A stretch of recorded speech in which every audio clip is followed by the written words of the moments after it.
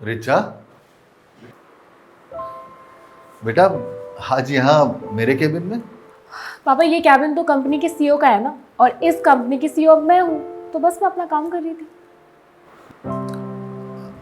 हाँ बेटा, लेकिन फिर मैं कहाँ बैठूंगा? कहीं नहीं, अब से आपको ऑफिस आने की कोई जरूरत नहीं है, क्योंकि आपका कोई काम तो है नहीं यहाँ पे।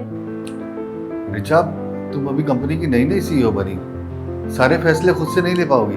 पापा आपने मुझे अगर सीईओ बनाया तो मुझ पर ट्रस्ट भी करिए ना, और मेरे डिसीजंस की रिस्पेक्ट भी। और जहाँ तक मुझे लगेगा कि मुझे आपकी ज़रूरत है तो मैं आपसे घर आके बात कर लूँगी या फिर आपको कॉल कर लूँगी। हाँ प्लीज़ कल से ऑफिस मत आना। क्या? कल से ऑफिस नहीं आऊँ? देखिए पापा, मुझे आपसे इस बारे में और बहस नहीं करनी है, मुझे ऑफिस के और भी काम है। आप प्लीज़ जाइए। लेकिन रिचा, पापा इन पेपर्स पे साइन कर दीजिए। ये क्या बेटा? प्रॉपर्टीज के पेपर है। प्रॉपर्टी के पेपर? अब आपने मुझे कंपनी का सीईओ बना ही दिया है तो प्रॉपर्टीज भी मेरे नाम कर दीजिए, और आप आराम से बैठ के अपनी लाइफ एंजॉय करिए। बेटा वो बात तो सही है, लेकिन ये प्रॉपर्टी के काम आराम से होते हैं। अचानक ये प्रॉपर्टी की बात कहाँ से आ गई? अरे पापा अचानक से कहाँ, वैसे भी आपकी सारी प्रॉपर्टी मेरी ही तो है, और मैंने सारे पेपर्स कोर्ट से रेडी करवा लिया, आप बस साइन कर दीजिए। साइन तो मैं कर दूंगा बेटा, पर इतनी जल्दबाजी क्या है? अब प्लीज जल्दी से कर दीजिए ना, ऑफिस के लिए मुझे लेट हो रहा है।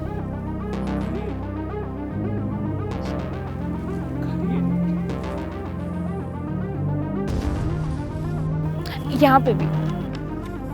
थैंक यू पापा, मैं चलती हूँ।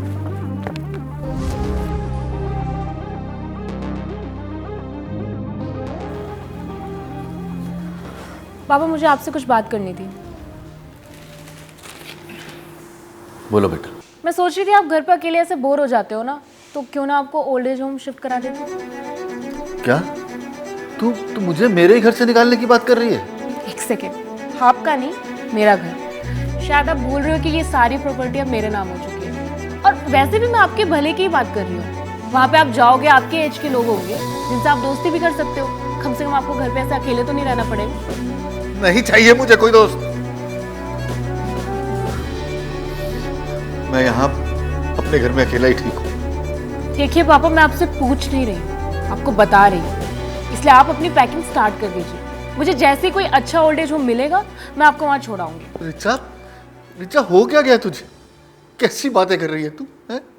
ये सब करने के लिए तूने मुझसे मेरी सारी प्रॉपर्टीज के पेपर अपने नाम करवाए? रिचा मेरी बच्ची, मैं तुझे बचपन से बहुत प्यार करता हूँ, और तू मेरे प्यार का ये सिला दे रही है। पापा प्लीज अपना ये मेलोड्रामा ना बंद करिए।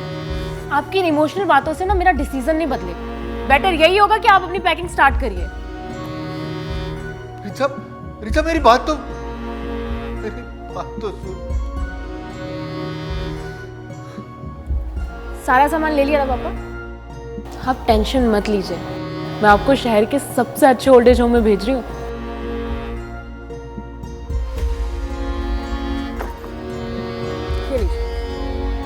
बेटा हम यहाँ क्यों रुक गए?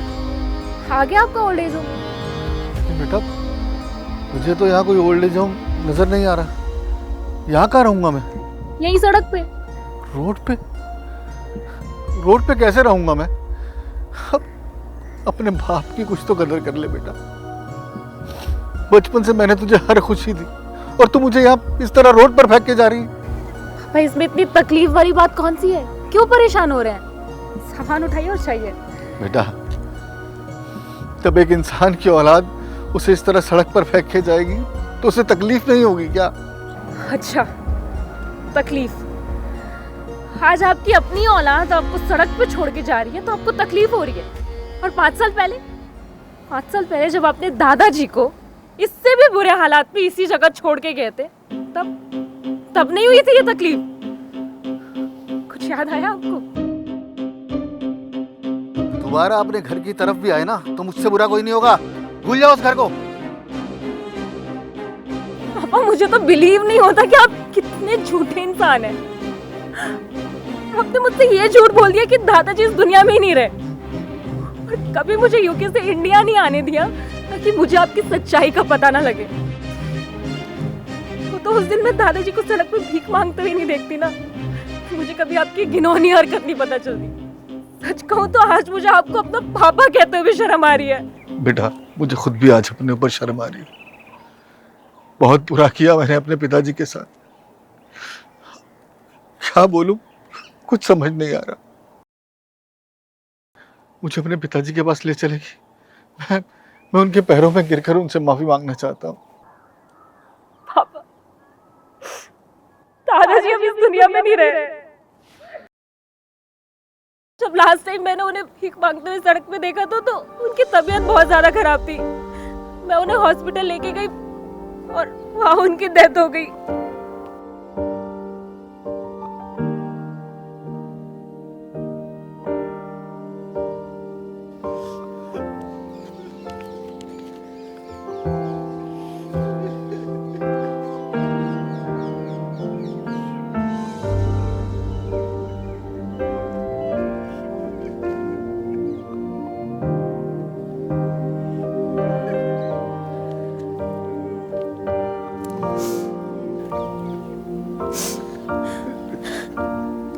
पापा,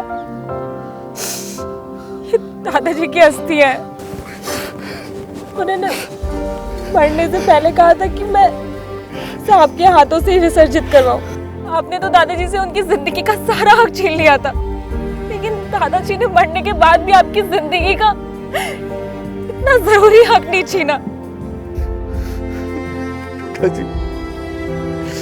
पिताजी, एक बार माफी मांगने का मौका तो दे देते। अब तो बहुत देर हो चुकी है पापा पछतावे के लिए। आपने गलती की है तो इस गलती की सजा यही है कि आपको इसी पछतावे के साथ पूरी जिंदगी जीना पड़ेगा।